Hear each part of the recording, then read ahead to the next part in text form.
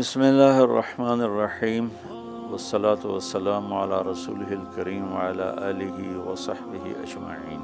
جو بھی بہن بھائی بچے بچیاں سن رہے ہیں سب کو میری طرف سے عید مبارک ہو۔ عید کی خوشی ہم کیوں مناتے ہیں، پہلے میں یہ تھوڑا سا واضح کر دوں کہ رمضان کا مہینہ اللہ نے پورا ایک ہمارے لیے خوشی کا مہینہ بنایا ہے، جس میں اللہ کی جنت کے دروازے کھول دیے جاتے ہیں، جہنم کے بند کر دیے جاتے ہیں، شیطان قید کر دیے جاتے ہیں، جنت کو روزانہ سجایا جاتا ہے، اللہ کا عرش پہلے آسمان پہ آ جاتا ہے، اللہ کی طرف سے اعلان ہو رہا ہوتا ہے، کوئی بخشش چاہنے والا، کوئی حاجت مانگنے والا، فرض 70 فرضوں کے برابر ہو جاتا ہے اور نفل فرض کے برابر ہو جاتا ہے، اور نفل اور فرض کا فرق اتنا بڑا ہے کہ قیامت تک 2 رکعت نفل پڑھتا رہے تو فرض رکعت کے ایک سجدے کے برابر نہیں، اور اس میں جو مر جاتے ہیں اہل ایمان ان کا حساب نہیں ہوتا، ان کو قبر میں منکر نکیر نہیں آتے، اللہ تعالیٰ ان کو معاف فرما دیتا ہے۔ اس طرح 29 دن رات یہ سلسلہ چلتا ہے، اور آخری رات پھر اللہ تعالیٰ اعلان فرماتے ہیں کہ میرے بندوں نے رات کو قیام کیا، یعنی تراویح کی نماز پڑھی، دن میں روزہ رکھا، تو میں نے اس پر ان سب کی بخشش فرما دی۔ تو اس خوشی میں پھر ہم سب مل کر اللہ کی بارگاہ میں شکرانے کے مل کر 2 نفل ادا کرتے ہیں اور اللہ کا شکر ادا کرتے ہیں کہ یا اللہ تیرا شکر ہے تو نے ہمارے گناہوں کو معاف فرمایا، جہنم کو ہم پہ حرام کیا، جنت کو ہم پہ واجب کیا۔ اصل تو عید کی خوشی کی یہ وجہ ہے۔ آپ عید کے لیے غسل فرماتے تھے اور اپنے کپڑوں میں سے اچھے کپڑے منتخب فرماتے تھے، اور فجر کی نماز کے بعد آپ اشراق نہیں پڑھتے تھے اس دن، باقی آپ کی ساری زندگی کا معمول تھا کہ فجر کے بعد آپ اشراق پڑھتے تھے، لیکن اس دن آپ اشراق نہیں پڑھتے تھے، غسل فرما کے پھر کچھ کھا کے، کوئی میٹھی چیز، کھجور ہی عام طور پر ہوتی تھی، کھجور کھا کے پھر آپ عیدگاہ کی طرف تشریف لے جاتے تھے اور پہلے نماز پڑھاتے تھے، پھر خطبہ ہوتا تھا، اور اس کے بعد جس راستے سے آپ جاتے تھے اس راستے کو چھوڑ کر پھر اور راستے سے گھر واپس آتے تھے، پھر وفود سے ملاقات کرتے تھے، سرداروں سے، صحابہ سے ملاقات کرتے تھے، اس میں کچھ کھانوں کا اہتمام بھی ہوتا تھا۔ اس طرح ایک عام روٹین کی عید ہوتی تھی آپ کی، ملاقاتیں کرنا، کھانوں میں جانا اور اچھے کپڑے پہننا، سب کو خوشی سے ملنا، یہ عید الفطر پر آپ کا یہ معمول تھا۔ باقی جو اداسیاں ہیں، ڈپریشنیں ہیں، اس کی وجہ آپس کی محبتوں کا کم ہو جانا ہے، اور دنیا کی ایسی دوڑ جس نے اپنے آپ کو بھی بھلا دیا ہے، اور آپس کی نفرتیں ہیں اور آپس کے بغض، حسد ہیں، ان منفی جذبوں نے ہماری خوشیوں کو دھندلا دیا ہے، ورنہ رمضان کا ہر لمحہ خوشی کے لیے ہے، اور عید اس کی بھیک ہے، اور پوری زندگی اللہ راضی ہو رہا ہو تو خوشی ہی خوشی ہے۔ ہمیں اپنے ملک سے، اپنی نسل سے آپس کی نفرتیں، حسد، بغض یہ مٹانے ہوں گے، تب جا کر ہمیں حقیقی خوشیاں حاصل ہوں گی۔ میں اس عید کے خوشی کے موقع پر اپنی قوم سے ہاتھ جوڑ کے اپیل کروں گا کہ جھوٹ بولنا چھوڑ دیں، دھوکہ دینا چھوڑ دیں اور ظلم کرنا چھوڑ دیں۔ مذہبی نفرت نے ہمیں تباہ کر دیا، سیاسی نفرت نے ہمیں تباہ کر دیا، صوبائی قومی نفرت نے ہمیں تباہ کر دیا، آپس کی رنجشوں کی نفرت نے ہمیں تباہ کر دیا۔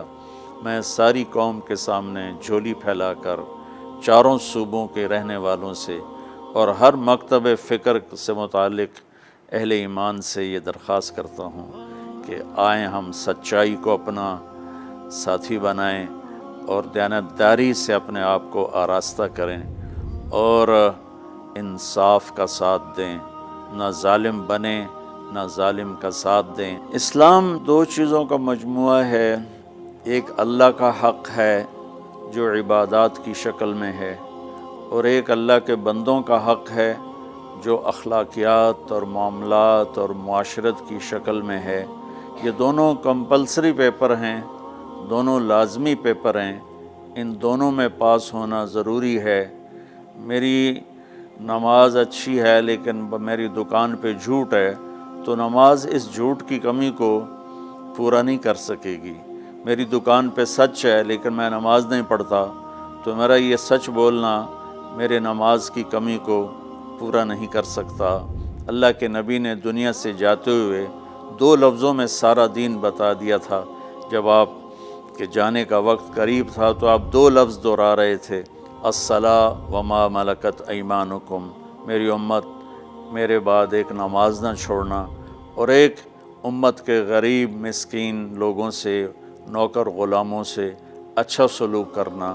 یہ 2 الگ الگ ڈیمانڈ ہیں۔ جیسے پانی پینے سے روٹی کی کمی پوری نہیں ہو سکتی اور روٹی کھانے سے پانی کی کمی پوری نہیں ہو سکتی، یہ دونوں الگ چیزیں ہیں۔ اخلاق کو عبادت کی کمی پر نہیں کر سکتی، اور عبادت کی کمی اخلاق کو اور اخلاق کی کمی کو عبادت پورا نہیں کر سکتی۔ ان دونوں چیزوں میں پاس ہونا ضروری ہے، تب جا کر ایک معتدل معاشرہ وجود میں آتا ہے۔ ایک حدیث سنا کے بات ختم کرتے ہیں۔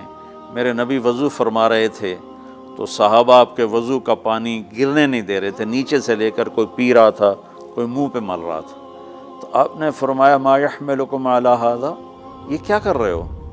وہ کہنے لگے یا رسول اللہ، اللہ اس کے رسول کی محبت میں کر رہے ہیں۔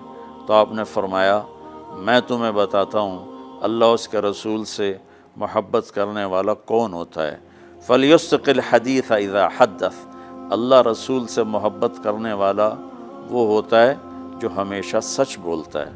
فَلْيُؤَدِّ الْأَمَانَةَ اِذَا تُؤْمِنَ، جو ہمیشہ امانت داری سے کام لیتا ہے، کبھی دھوکہ فراڈ نہیں کرتا۔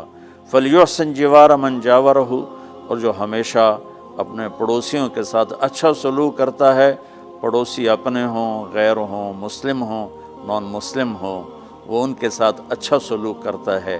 یہ 3 نشانیاں ہیں عشق رسول کی۔ یہ 3 باتیں میری قوم اپنا لے تو یہ اندھیرے اجالوں میں انشاءاللہ تبدیل ہو جائیں گی۔ دنیا کے لیے قانون ہے اللہ تعالیٰ کا کہ جس قوم میں انصاف، دیانتداری اور سچائی ہوگی انہیں اللہ عروج دے گا، وہ مسلم ہو یا نان مسلم ہو۔ اور جن ملکوں میں، قوموں میں بددیانتی ہوگی، ظلم ہوگا، جھوٹ ہوگا، وہ زوال کا شکار ہوں گی۔ ساری ویسٹرن دنیا تو لیڈ نہیں کر رہی، ہمارے جیسے ملک بھی ہیں جہاں یہ ساری چیزیں ہیں تو وہ ہماری طرح ہی ذلیل ہیں اور ہماری طرح ہی وہ خوار ہیں۔ چند ایک ملک ہیں جنہوں نے ان چیزوں کی رعایت کی ہے تو وہ اس وقت لیڈنگ رول میں ہیں، لیڈنگ ماڈل میں ہیں۔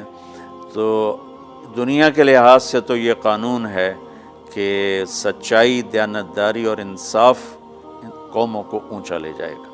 آخرت میں اللہ تعالیٰ نے اعلان کیا ان اللہ لا یغفر ان یشرک بہ ویغفر ما دون ذلک لمن یشاء۔ آخرت میں کامیابی کا آخری فیصلہ ایمان پہ ہوگا کہ اللہ تعالیٰ کا فرمان ہے میں شرک معاف نہیں کروں گا، اس کے علاوہ میں جسے چاہوں معاف کر دوں۔ تو ہماری 52 کے قریب اسلامی ریاستیں ہیں، وہ سب بری طرح اس زوال کا شکار ہیں، جس کی بنیادی وجہ یہ 3 ہیں جس کو میں بار بار آپ کے سامنے دہرا رہا ہوں۔ السلام علیکم۔ ہمارے چینل لائٹ ٹو ہیومینٹی کو سبسکرائب کریں، بیل آئیکن پہ کلک کر لیں جس سے ہر ایک نوٹیفیکیشن آپ کو ملتا رہے۔ ویڈیوز کو لائک کریں، شیئر کریں